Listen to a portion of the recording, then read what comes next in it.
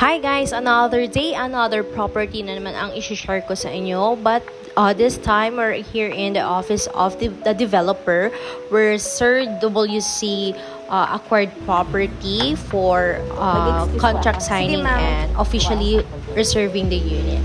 So, this is the property located in Barangay Cupang, Antipolo, Rizal. Barangay Cupang, Antipolo, Rizal is located in Lower Antipolo. So, maraming naghahanap ng property sa Lower Antipolo since this place is closest to Manila. Since matataas na ang property sa Manila, ang target na ng mga buyers is here in Lower Antipolo.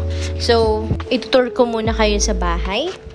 Kung ano yung nakikita nyo sa video, ayan na po yung actual turnover ng bahay dito sa Marikina Residences. This is the service area.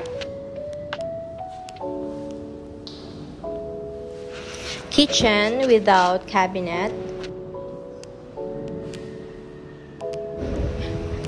Dining area. Living area. And stairs going to second floor. Cemented na po ang stairs dito. Then, naka-porcelain tiles na rin. And malapad na rin po yung stairs dito. Hindi kagaya sa iba, ang ginamit either wood or steel sa stairs. Sa ibang townhouses kasi, vinyl tiles or wala pang tiles yung second floor. So, this is the second toilet and bath. Common toilet and bath po sa second floor. First room na papasukin natin is the master's bedroom. With balcony po ang master's bedroom dito sa Marikina Residences. Then, sliding door na going to balcony.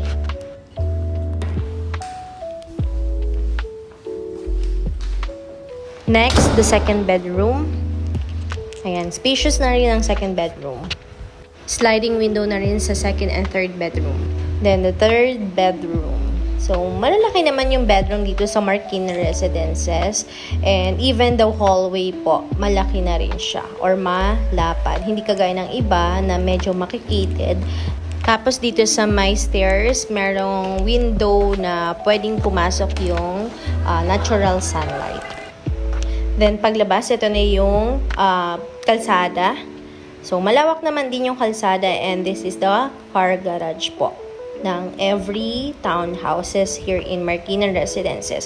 So, may dalawang klase ng bahay dito sa Marikina Residences. Itong pinakita ko sa inyong una is the first design ng bahay po.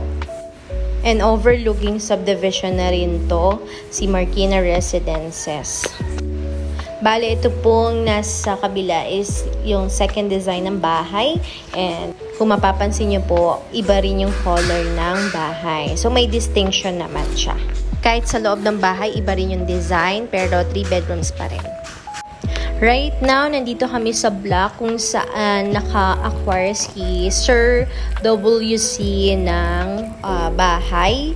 And as you've noticed, talahib pa yung part kung saan pwede pa kayo mag-avail or mag-acquire din ng property dito sa Marikina Residences. So, inuna nila yung daan and ayan, may drainage. So, kung baha ang concern nyo, okay na okay dito sa Marikina Residences kasi talagang planado.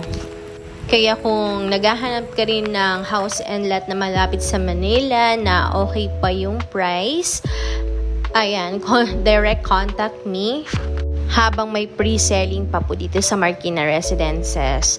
So, this is open for bank and Pag-ibig financing. For the full details of this property, please direct message me and I hope I can assist you soon. Thank you for watching!